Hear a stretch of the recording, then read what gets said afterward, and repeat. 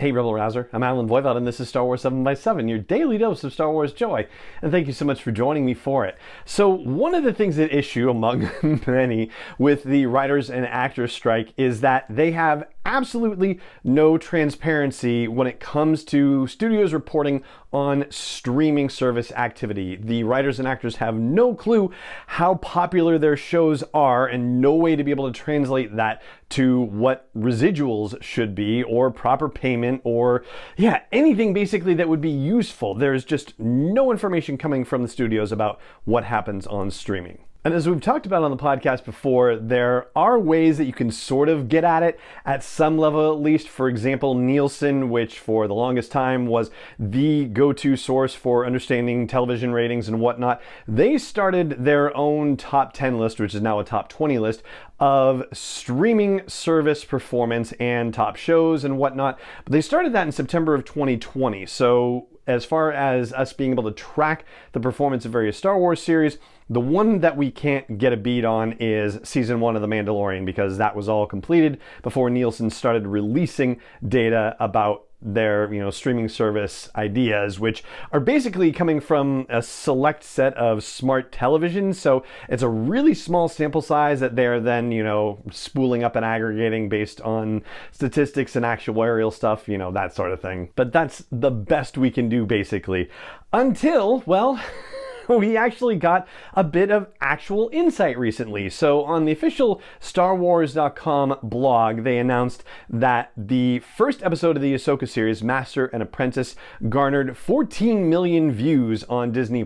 And I think this is the first time that Lucasfilm, or Disney by extension, have actually announced the performance of any particular streaming show for Star Wars. We're just going to limit the conversation to Star Wars. But what does 14 million views actually mean? So they provided a helpful little footnote in the article, and this is what it says.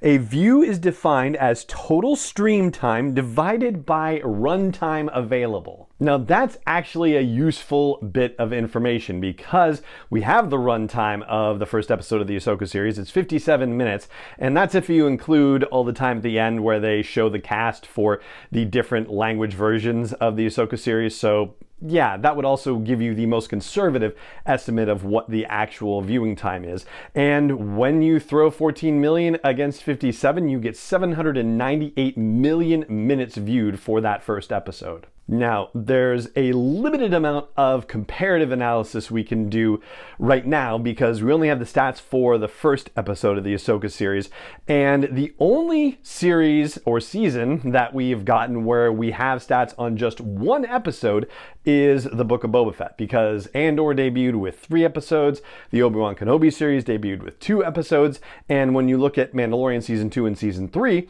well, you can't really say for sure, because when Season 2 debuts, that's 9 total available episodes, and when Season 3 debuts, it's 17 total available episodes. So really the cleanest comparison we can get is for the debut of the Book of Boba Fett. For that first episode of the Book of Boba Fett, they had 389 million minutes viewed according to Nielsen, and the show had a runtime, that episode had a runtime of 40 minutes, which translates to 9.73 million views. So then you just have to ask yourself, do you think that the Ahsoka series would get more or less views than the Book of Boba Fett? I kind of think it would be more, basically. So it actually makes me feel like the stats that we're getting from Nielsen are kind of in the ballpark. Like, we really were just, hoping that it was relatively reasonable, but I think we actually can say that it's probably pretty close to reality. And if you wanted to compare it to either Kenobi or Andor and just look at the first week of their releases, well, the Kenobi series had 10.2 million viewers in that first week. And the Andor series, much less, they were at 5.07 million. Although I guess I should say views, not viewers, but that would be the benchmark. Views would be the benchmark by which writers and actors should be getting paid. And I would say it makes more sense to expect the Andor series to have fewer viewers in the first week than the Boba Fett series, and fewer than the Kenobi series. As far as whether Kenobi or Ahsoka would beat one or the other out.